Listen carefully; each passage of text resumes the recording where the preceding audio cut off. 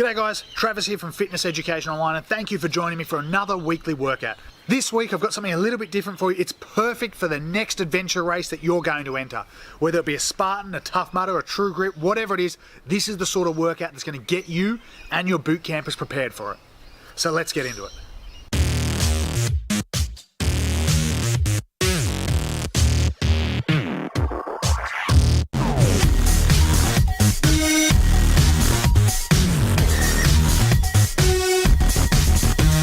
We help personal trainers grow their business. So I've done plenty of adventure races in my time. I've done the Spartan a few times, I've done True Grit, Warrior Dash, Tough Mudder, you name it, I've done all of them. All right, ranging from anywhere from 5 kilometers all the way to 20 plus kilometers. Couple of things that you need to make sure when you're preparing for these workouts. Firstly, you need to be able to take in that volume of running and that volume of movement, which can be a bit hard to work in with your regular boot camp training. But using this sort of format, it's an easy way to work in some extra running to your boot camp. Now, I'm not known as a runner, and endurance running is not my forte. I don't think I could run 20 kilometers without stopping. I did get through the 20 kilometer Tough Mudder on my first attempt at like a long adventure race. Now, we did that by not running any more than about 10 kilometers in one session. And we did that based on the same sort of principles that I'm going to share with you in today's workout. So how the workout works, we basically had 3 stations and then 1 running station. There's a few different ways you can incorporate the run depending on your timing and your group's abilities. If you need to incorporate more running, you simply work a station and then a run, a station and then a run, and just alternate between them, and so you end up with 6 total stations. For today's workout, we work for 3 minutes, but you could easily extend each station through to about 4 or 5 minutes as well, and keeping the exercises fairly similar. So the stations we've got really lend themselves towards the adventure race stuff, because a lot of it involves constant tension. You need to make sure you've got really solid grip strength. You need to make sure you've got really solid core strength, as well as some shoulder strength in there as well. And this can be quite hard to do in a regular boot camp setting if you don't have monkey bars and stuff like that for pull-ups or for for going across monkey bars. So what we've got, we're using simple equipment that most of you have access to. We've got a kettlebell, we've got bands, and we've got some sliders. Again, most of the work involves trying to keep that constant tension. We're working through an AMRAP on each of those stations. The AMRAP for this workout was actually 3 minutes, but again, you can extend that out to up to about 5 minutes, because we were only getting through just over 2 rounds within the 3 minutes of each of those stations. All right, guys, let's get into the workout. So our first station we were on was using the sliders. We've got 10 hamstring curls. Once we've finished those, we were doing 10 with a bridge and 1 leg out, 1 leg in.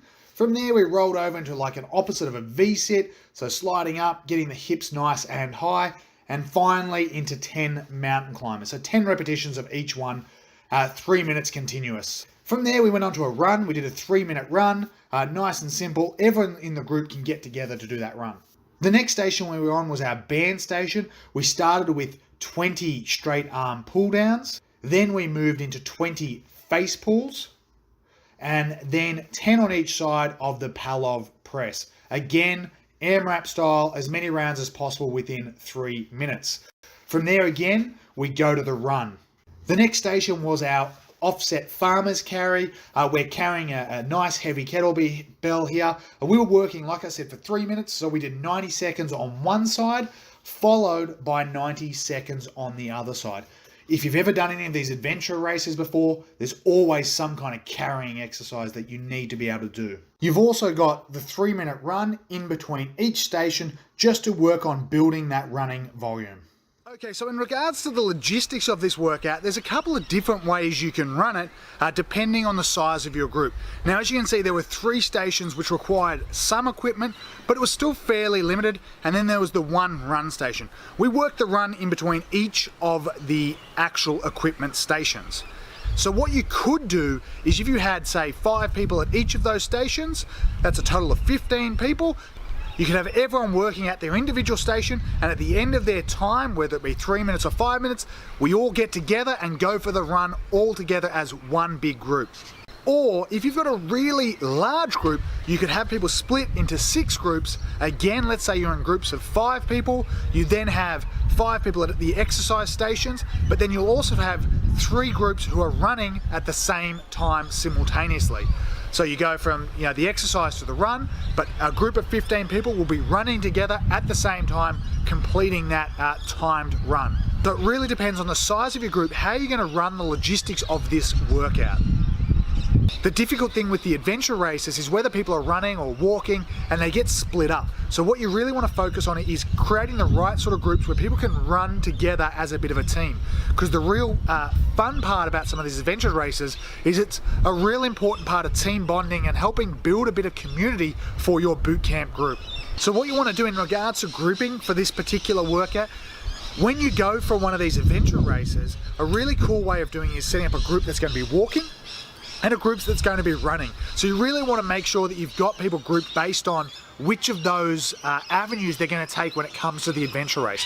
Put the people who are going to be sort of the walkers all together so they can run all together at that probably slightly slower pace, and then put the people who are out there to run and go a bit harder for the adventure race, put them all together so they can push themselves in those 3-minute runs.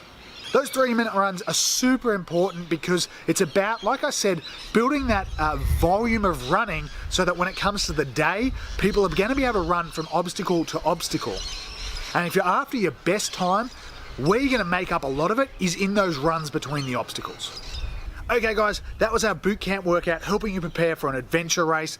Hope you've enjoyed it. Let me know how you go. Let me know what adventure race you're preparing for in the comments below. We'd love to hear from you. Now don't forget guys, subscribe to the channel, like the video. If you enjoy this sort of content, as a subscriber, you actually get a free copy of our Bootcamp Games mini course. All you need to do, subscribe to below and check out that link and you'll be able to download that course completely free.